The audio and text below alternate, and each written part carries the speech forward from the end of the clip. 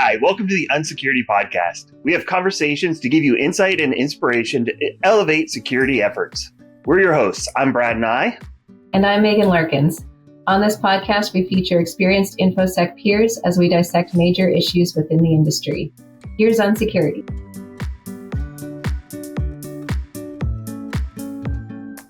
Welcome back to another episode of the Unsecurity Podcast. I'm Brad Nigh, along with Megan Larkins, as usual. Megan.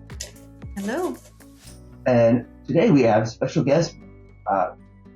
What is your title, Brian? Brian Kelley on the team. I should know that. I was like, so you didn't put his name real quick there, did you? So I'm pretty sure I'm an information security consultant is my title. Although I'd have to look at my signature and verify that. Yeah, I know. That's the funny thing is, like, internally we're all like, we just do the things. Yeah. What's your title? I don't know.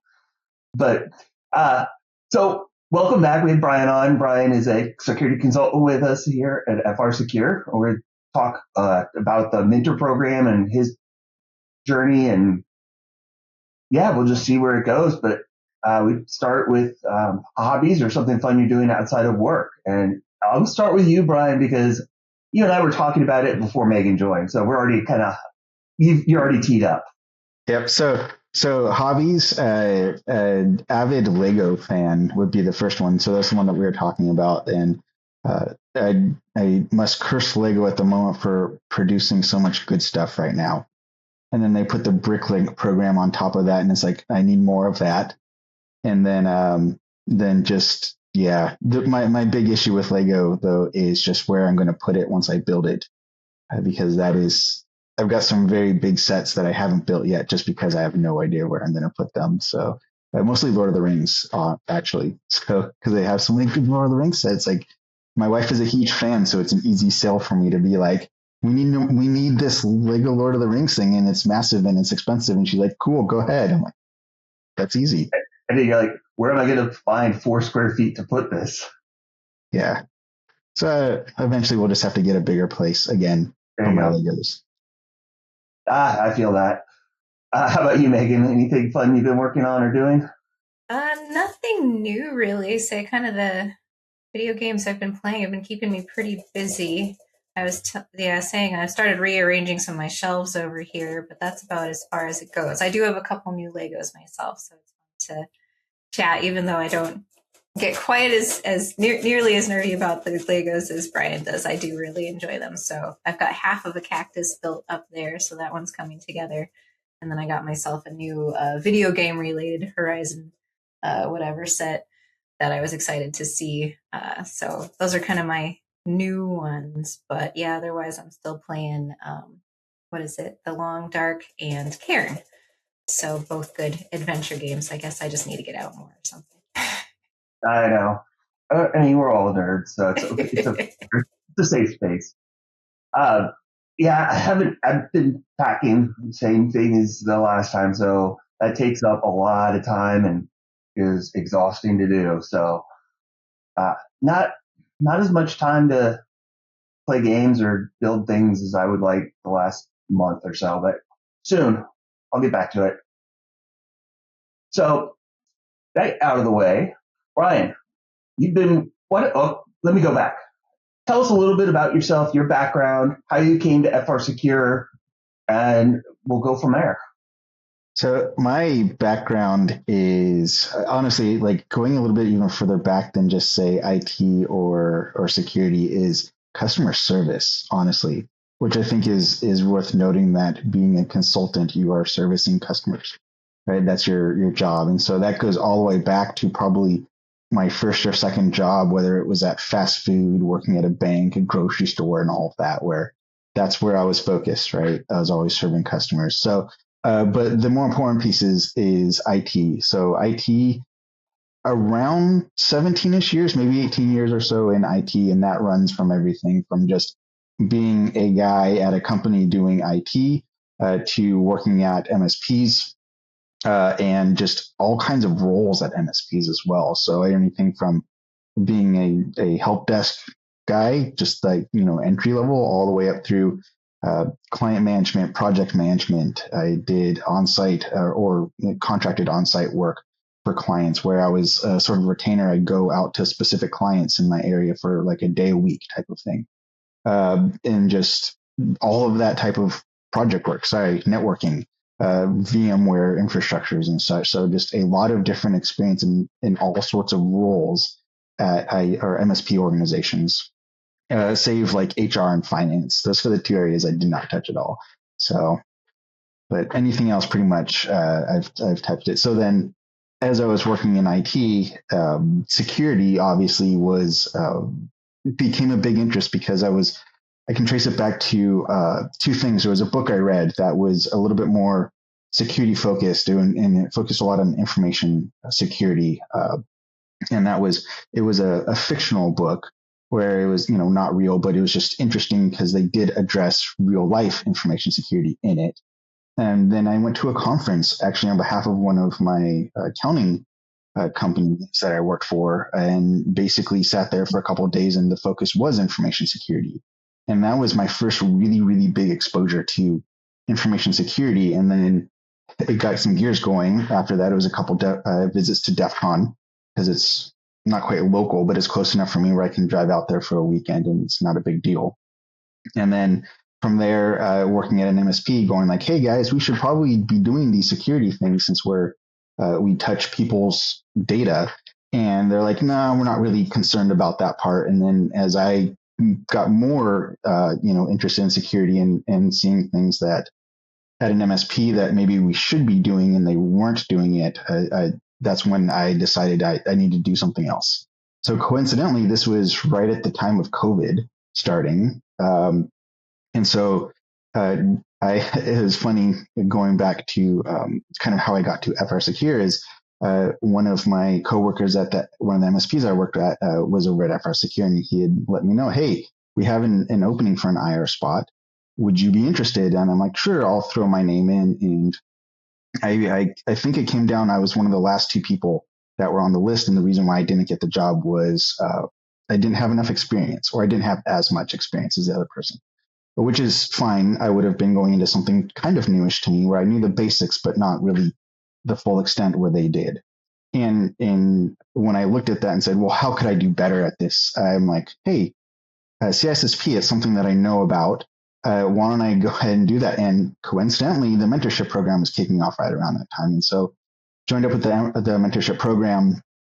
Started in April as it normally does. And I think the end of June is when I sat for the exam. So, it was a fairly compressed time frame compared to some people, but it worked for me because I was working at home at that point. It was COVID, and nobody was doing anything in early 2021 or going out or doing anything, especially here in California, where we were a little bit more strict on those what we were doing.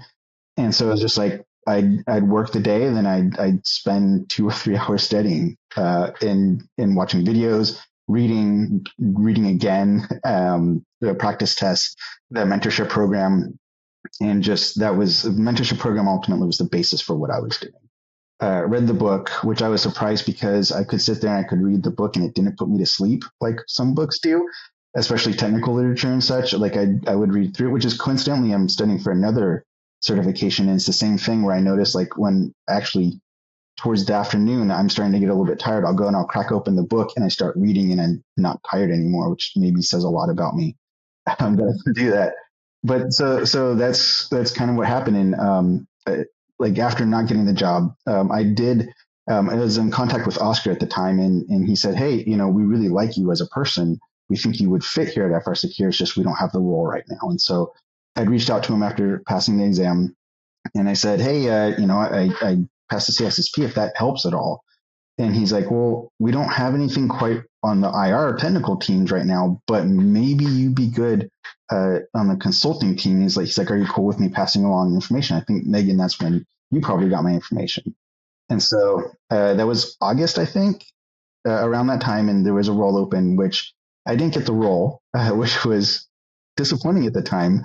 But not long after that, Megan, you had reached out to me, and I don't remember what the change was. And another role had opened up, and you're like, hey, you want to come work for us? I'm like, heck yeah. And so I made the change, and that was a little over 4 years ago now.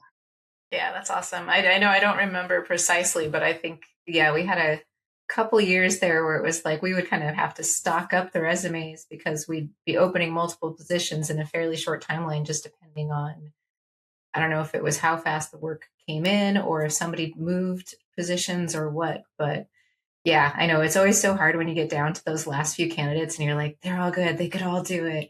And so when you can like call somebody back after that and be like, you didn't get it the first time, but because I don't think we even interviewed again. I think we were just like, hey, Brian, you got the job if you want it. Do you want it? Yeah. Oh, okay, good. So, coincidentally, and I don't know if I told you this, but the week that you called me, and I barely remember, I think it was a Wednesday that you called me. Yeah. I was sitting at my desk. I was still working from home at that point, and like I was having the worst day. Mm-hmm. And not only that, is I was supposed to be on vacation that week. Oh. And we had to cancel it because one of our rabbits was sick and we couldn't just leave him.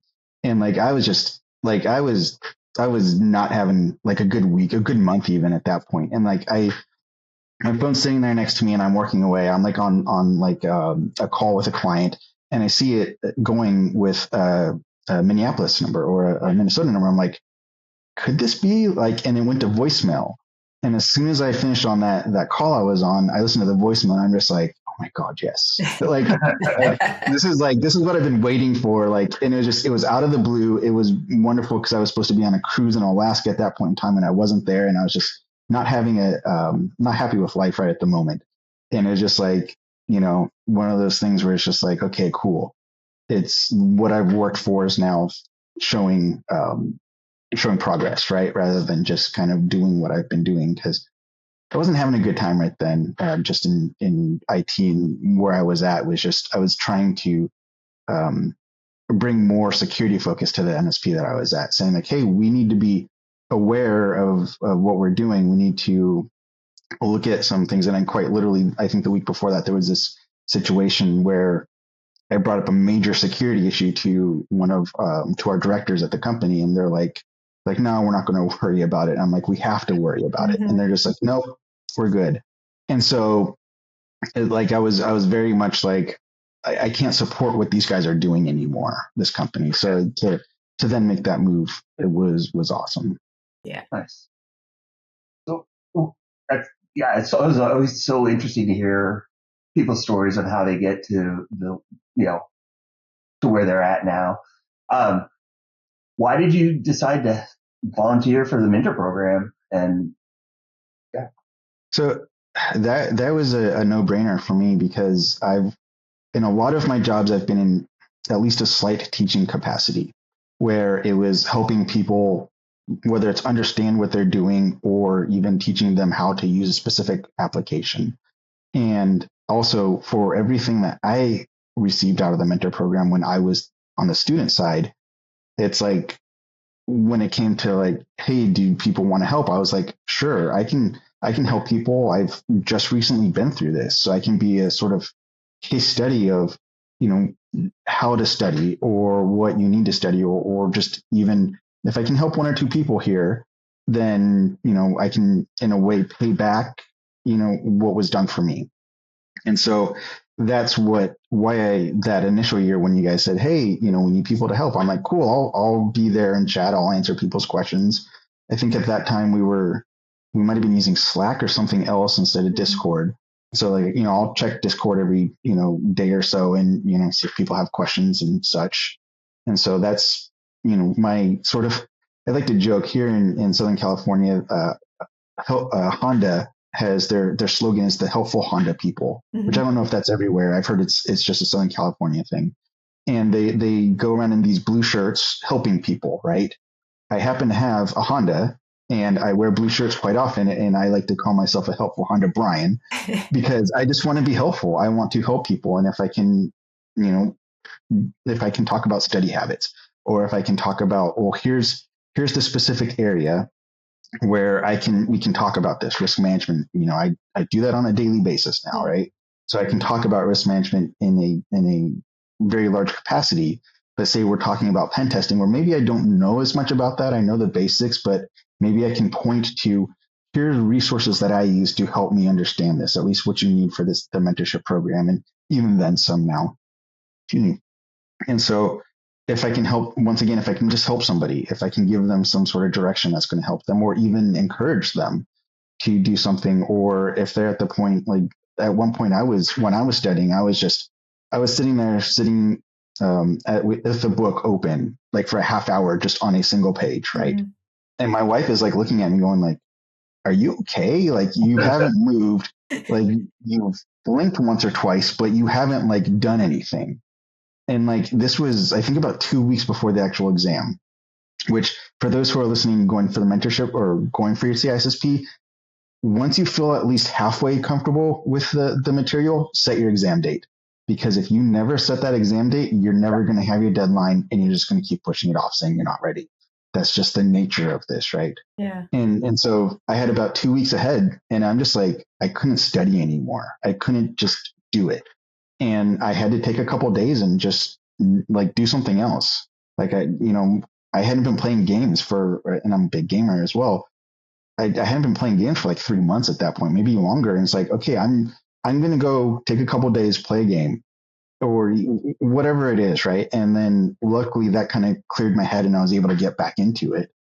But even to the point of like, something that I'll talk about, and I'm sure I'll talk about on the mentorship program more this year, is how you eat. How you eat affects how your brain works. How your brain works affects how you take a test. And changing up how you eat a week or two ahead of the exam is going to help you. So I'm studying for my next certification where I'm even looking at it going like, when am I going to take the exam? When am I going to need to start adjusting the way I eat to help me be at the best I can be for taking that exam? So it's anything short of, writing answers on your hand and walking in there with the answers on them, to help you with the exam, that's cheating. But anything that you could do to help you with the exam is valid. And even if that's changing the way you eat, changing the way you sleep a little bit, which I know is much harder than changing the way you eat, but there's options out there. Exercise actually helped me a lot too. Yeah. Getting a bunch of energy out, quite literally listening to podcasts about what I'm going to be taking the test on while I'm on the elliptical. Any way you can get that information in your head. Yeah, I imagine podcasts are not like related to the content and the questions as directly, but they're talking about the topics and probably even giving you more context to those questions. So that's a great pointer. I think there's a lot of good pointers there that you shared. That's awesome, Brian.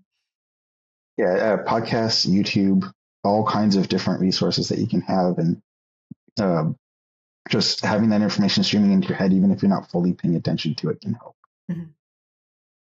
Sounds like preparing for a marathon. It is. Well, this year, you and Brian, you and I both are stepping up a little bit. Evan is taking a step back, and I'm kind of taking ownership of the program, and you're taking ownership of the digital side of it with our Discord and YouTube. And I can't tell you how much I appreciate that, because that's a good amount of work. So I'm glad I don't have to try and manage all of that. So thank you for that. Definitely, it's just kind of progress that way, and I'm glad I can. It is nice being able to go in there and in Discord, or even say receiving the endorsement requests. Mm-hmm. For all the times putting in there. I'm in Discord every day. Like I don't know if we've talked about it much, but like I'm doing the question of the day.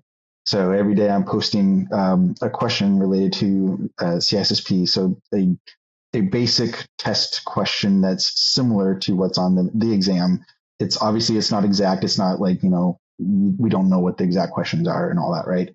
But so go in there, I'll post the answer for the day previous, put up a new one, and then we're getting some traction on that, and people are answering it in chat. But ultimately, what I would like to do, and it's a time commitment for it, is start tracking who's answering those questions and if they're right or wrong, and being able to put up some sort of like scoreboard type thing if people are into that. But once again, it's one of those things that it's going to start taking time. And then I'm guessing once the program starts up, we're going to get a lot more people answering questions. Yeah. And so how to track that information is going to get a lot harder than just like, oh, here's a spreadsheet with 10 or 15 people on it, right? So, yeah, I've been brainstorming with Brandon on if we could do that in the LMS. So we're working on trying to figure something out to help you out on that. That would be very cool and appreciated. Like a cool idea. Well, and I understand, like, I'm kind of curious to ask from your kind of behind the scenes side of things too, Brian. Like, it's evolved quite a bit in the last 4 years since you got started. Because I think when you got started may have been one of the first years that there was that online chat kind of support base. And now it's grown and changed quite a lot to where, yeah, the videos themselves are going to be not live like last year. We're going to be pre-recorded, but then continuing with the support sessions. So I don't know if you want to talk about that at all, or what you've seen. How has it helped, or how has the involvement of the community, the communication changed? I think it's just it is different. So when I actually did the program, it was twice a week for 2 hours, live sessions going through everything, right? And so last year was the first year of the recordings, which I think is good. I think there's still a bit of room for adjustment potentially. Like I know we're going to be recording a few, which I'm going to be recording one of them. I haven't done it yet. I apologize. But using that and having that more on demand for here's the specific lessons, but then also using the live sessions, which are now only 2 hours a week, as more of an interaction with the participants, gives more, like, rather than say, someone that's going trying and teach something and having to get through so much information in a short amount of time. Now you can say, okay, well, you guys saw the video, the recording. Now let's answer those questions specific to what you guys have. Or I know that a lot of the discussions, like, they'll adjust and people will ask just random questions that don't specifically have anything to do with the subjects today or that day. But at the same time, it was still discussion about security and the mentorship program or the CISSP. So we could cover that as well. And it doesn't have to be like we're going to stick with these specific areas, which is nice to be able to do and have that leeway of, we don't have to be like on this specific track. We don't have to do this, talk about these very specific items. We can be more open, right? And it also gives a little bit more leeway to talk about experience and such, because I think that experience is a huge key to the CISSP itself, of knowing and being able to think these items through rather than just here's a bunch of information to remember. Yeah, and I agree with everything you said, and I think one of the big reasons that we did change it up is, getting feedback from people that have gone through it. And Megan, you went through it as well. Like 2 days a week for 2 hours in the evenings. That's a big ask for working people who probably have kids, and so you're making a big sacrifice for that. And what we were finding is we were having like, the attendance would be really solid, and then it would just start dropping off. Mm-hmm. And so this was an attempt to be more useful, more beneficial, and a little bit less intense, while still being able to cover everything and provide, Evan said it best, being able to put the mentor back in mentorship. Like, that's what that live session really is intended for. So, and I think we saw that last year with it being that format for the first time. And we had much better retention, much better interaction with the people taking the class throughout the entirety of it. Oh, that's excellent. Well, and I know over time, the people registering and attending, the participation has just grown significantly. So I can only imagine by having the sessions pre-recorded, you're now more available to more time zones as well. So not everyone's on Minnesota time and can do those same hours, especially when it's live, because it was hard enough being in Minnesota, making that time commitment. But if you're on the East Coast or West Coast, it may overlap with the end of your work days. So I think that's excellent. Yeah, or East Coast, it'd be 8 to 10. Mm-hmm. That's miserable. Yeah. I'll have to have Brandon look, but we had people from like 20 some odd countries attend. It's crazy. Yeah, I'm not going to confirm nor deny that I maybe should have been working at one point when I was taking the courses. Yeah. So. You're here. Yeah. Like, if I was, it'd only be like a little bit, not like the whole thing. But I'm just saying is all.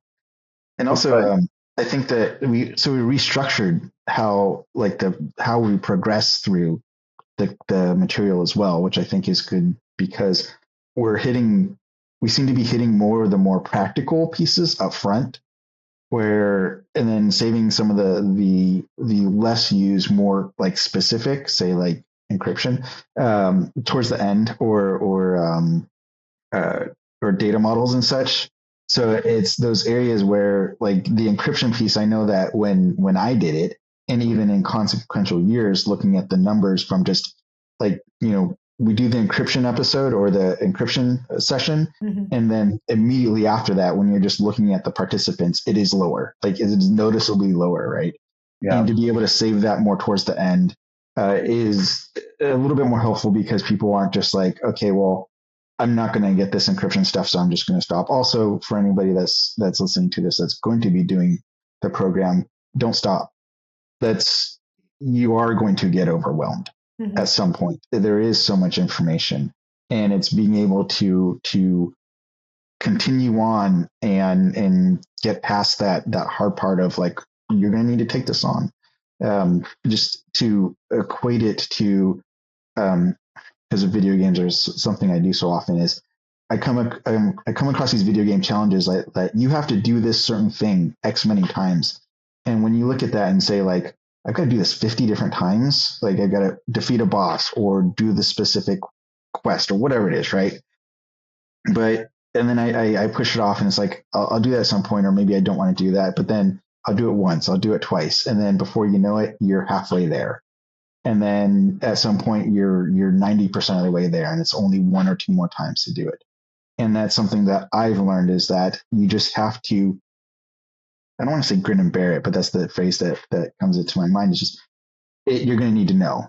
And I will say specifically for me, and I know not everybody can say it, but I can, from the time that I got my CISSP, I can track a definite upwards of being able to use that information. And yes, there's been some good alignment with it, just in terms of having a place to, and friends, coworkers, peers to talk with about security. But at the same time, having that piece of paper it's hard, and people recognize that. Mm-hmm. Yeah. Awesome. Well, we are coming up already. I don't know how we're already up at time. So, we'll go ahead and wrap this up. We end it with a gratitude or a shout out. So Megan, I'll let you go first this time. I'm going to go easy because I'm going to give both of you guys a shout out. And having not been in kind of the same opportunity to help out with the program, I just appreciate everything that you both do, continuing to bring it. Obviously, I went through the program myself a few years prior to Brian, but I know that just like having gone through my own journey into information security, taking the mentorship program was a huge life career changer for me, because like you referenced earlier, Brad, especially as a working adult with children, it's like you need something that can fit that. And even though it was more intense at the time, it was still in the evening for free over a period of time that was more manageable than, oh, well, you're going to have to pay, X thousands of dollars to go away to a boot camp and do this other thing, even for programs that will help you or give you financial assistance or something. Like, they don't support a working lifestyle, especially when you're supporting your families. So the fact that both of you guys are carrying that program on, sticking with it year after year, delivering that, and supporting all of the learners out there, I really appreciate what you both do. Thank you. Brian, what do you got? So a big shout out to my wife, who puts up with me, and my annoyingness to her at times, but also, because she usually gets home around, say, 4:30, which during the mentorship program, that's 30 minutes into our live sessions.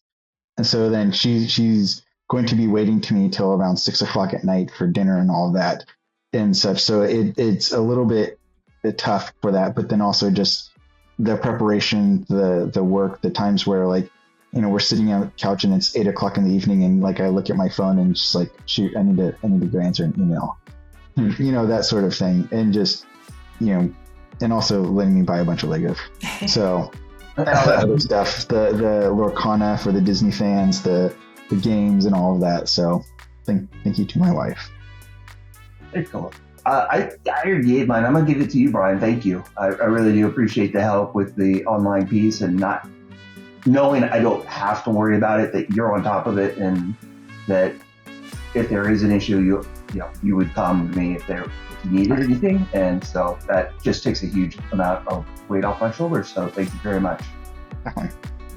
Awesome. Well, with that, we will wrap this up. Thank you, everybody, and we will talk to you next time.